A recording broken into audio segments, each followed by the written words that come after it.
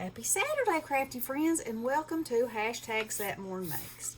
This is an open collab hosted by Jill Norwood where you come on and show what you've been working on. So, around here, we have been snowed in for a whole week. Day before yesterday.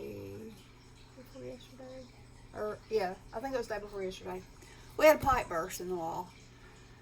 And okay, so it's in our master bathroom, and Ronnie was home, thank goodness,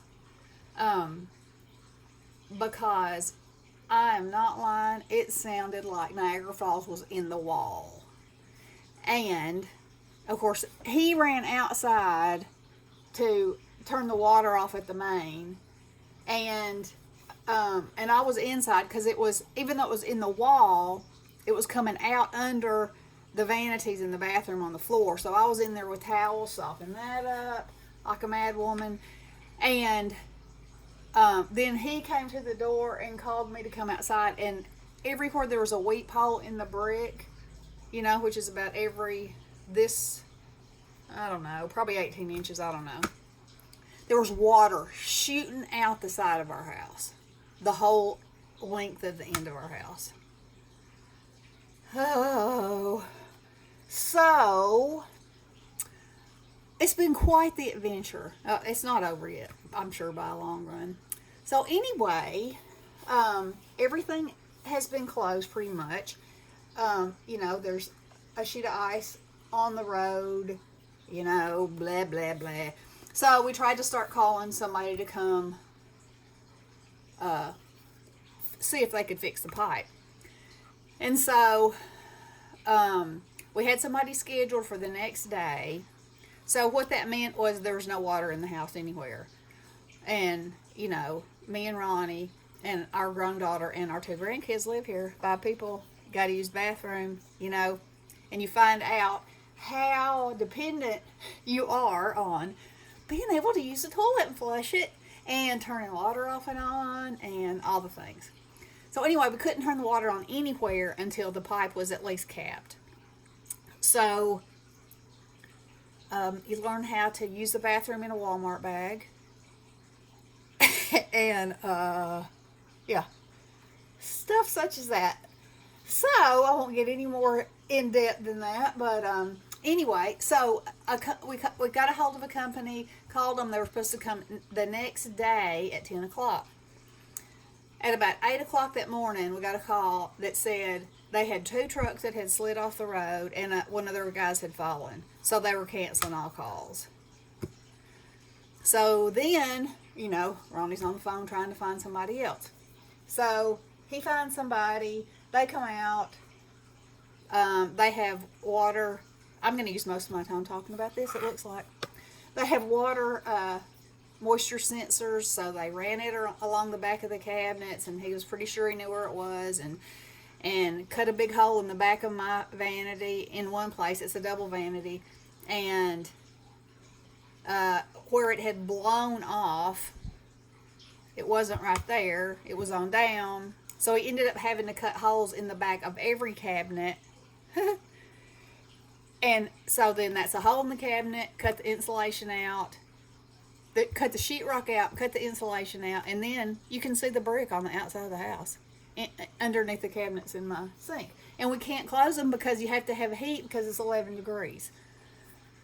So anyway, they got it capped off. Thank God for them.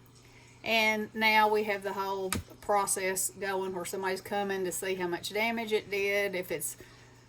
Because it's a vanity, there's a full-length mirror over the vanity, the whole width of it. We can't see how much water traveled up the side of the sheetrock. If the floor is, because it's tile floor, ceramic tile floor. And I know it was all over that. There's carpet in our bedroom. As to my knowledge, it did not get to the carpet unless it went in the wall under the floor. You can't see any evidence of that, but who knows. So anyway, the experts are going to come and tell us what's next. And I think a plumber is supposed to come. I think we're on his schedule for sometime today or tomorrow, and he will fix the pipe and get us back having. Now we have cold water in there. We can use the toilets through the house. You know, everything's except for hot water in our bathroom. So anyway, okay. So, you know, it's a very eye-opening moment, and a very much time to be thankful for the luxuries that we have, and that God graced us in getting somebody here, and you know, all the things. So thankful. All right, so stress reliever. I use my encaustic wax, and this is black encaustic paper, and there's a butterfly, and there's some flowers. And I used a petal shape, the same petal shape I used for this to make these hearts. Isn't that cool? Am I even in frame?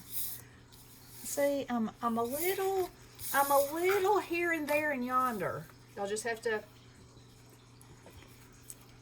stay with me. Okay, so I had this stamp I showed you a while back, and I think I may have shown this where I had watercolored it. But anyway, I got them both watercolored. And then I used a wonky shaped stitch die just to cut out the top. I just ran it halfway through my die cutting machine. And then I had this swirly paper that reminds you of the wind and the snowflakes. And I put it up there. And then I had some little snowflakes, so I glued them on. And I bounded it on every color I could think of. And it ended up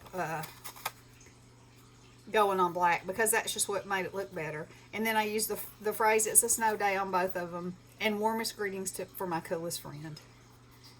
And so there are those. Then Judy, my buddy, my scrapbook loft, we are in a gingerbread fever collab together in February, and so she had downloaded some gingerbread people from a site on Etsy called Diana Designs Lab. And so the pictures are colored, but once you download them, you can edit the picture and take the color out and watercolor them.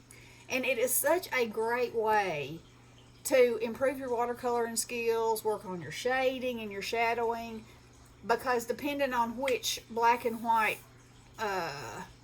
image you choose, you can take almost all the shading out, or you can leave the shading in like a stamp would, and then, you know, the more you do it, the more you see where the shading is supposed to go. You can make them bigger or smaller, combine the images. So I've been watercoloring up a blue blaze, and so look at him. Listen, you know, Memphis is the home of Elvis. And I think he needs to say on the outside of a card, went to a party at the county jail. Isn't he hysterical? Now, in the original picture, his shirt is red and yellow, I think, or red and blue.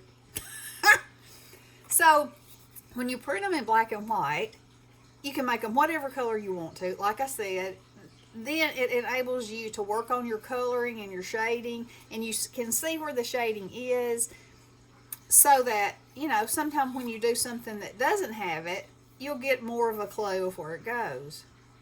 So all these images are hers, and I think they are absolutely fabulous. So as you can see, you know, crafting every day keeps the crazy away. Well, as you can see, there's been a lot of crazy chasing here in the past few days. So I will leave the link to Diana's site on Etsy, and I'll leave Judy's link too, my buddy Judy. Y'all can go check her out, and be waiting for that Gingerbread Fever collab. It's going to be hosted by... I got it written down somewhere.